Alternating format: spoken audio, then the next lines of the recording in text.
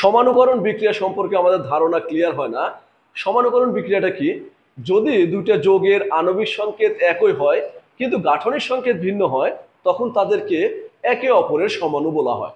That means আমরা একটু বোর্ডে বিষয়টা ক্লিয়ার করি যে সমানুকরণ বিক্রিয়া বা আইসোমারাইজেশন বিক্রিয়াটা হয় এমন যে আমরা একটা যৌগের সংকেত লিখবো, আণবিক সংকেত H4N2CO, এই একটা যৌগের আণবিক সংকেত।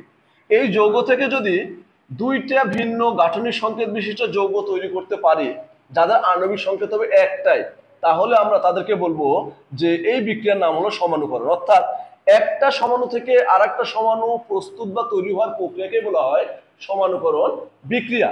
আমরা দেখি H4N2CO একটা যৌগ, এটা একটা আণবিক সংকেত বিশিষ্ট যৌগ। এই যৌগ থেকে যদি আমরা দেখাই যে তৈরি হবে NH4CNO, এটাকে বলতে পারি আমরা অ্যামোনিয়াম সায়ানেট। এবার আরেকটা সংকেত আমরা লিখবো H2NCONH2, এটাকে বলতে পারি আমরা ইউরিয়া, যেটা একটা জৈব যৌগ। তোমরা দেখো যে দুইটা যৌগ যে তৈরি হলো, এই যৌগের বেলায় দেখো H2H2, তাহলে H4N2CO ইউরিয়া। এবং এই যৌগেরই আরেকটা যৌগ তৈরি হয়েছে, সেটা কোনটা?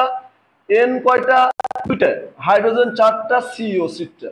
এই যে একটা যৌগ আর একটা যৌগ, দুইটা যৌগের গাঠনিক সংকেত সম্পূর্ণ ভিন্ন এবং এরা রাসায়নিক ধর্মেও কিন্তু ভিন্ন একে অপর থেকে, কিন্তু এদের আণবিক সংকেত একটাই, অর্থাৎ H4N2CO। এজন্যই এদেরকে বলা হয় এরা একে অপরের সমাণু। দ্যাট মিনস আমরা এইভাবে বলতে পারি যে অ্যামোনিয়াম সায়ানেট NH4CN, এই অ্যামোনিয়াম সায়ানেটকে যদি আমরা তাপ দিই মানে উত্তপ্ত করি, তাহলে অ্যামোনিয়াম সায়ানেট বিয়োজিত হয়ে H2NCONH2 এই ইউরিয়াতে রূপান্তরিত হয়। এইভাবে আমরা সমানুকরণ বিক্রিয়া বা সমানুকরণ প্রসেসটা দেখাইতে পারি। তো যাদের কোনো প্রবলেম থাকবে সমাণু নিয়ে, তোমরা অবশ্যই আমাকে লাইক কমেন্টস করে জানাবে, আমি সেটা সমাধান করে দেব। ধন্যবাদ।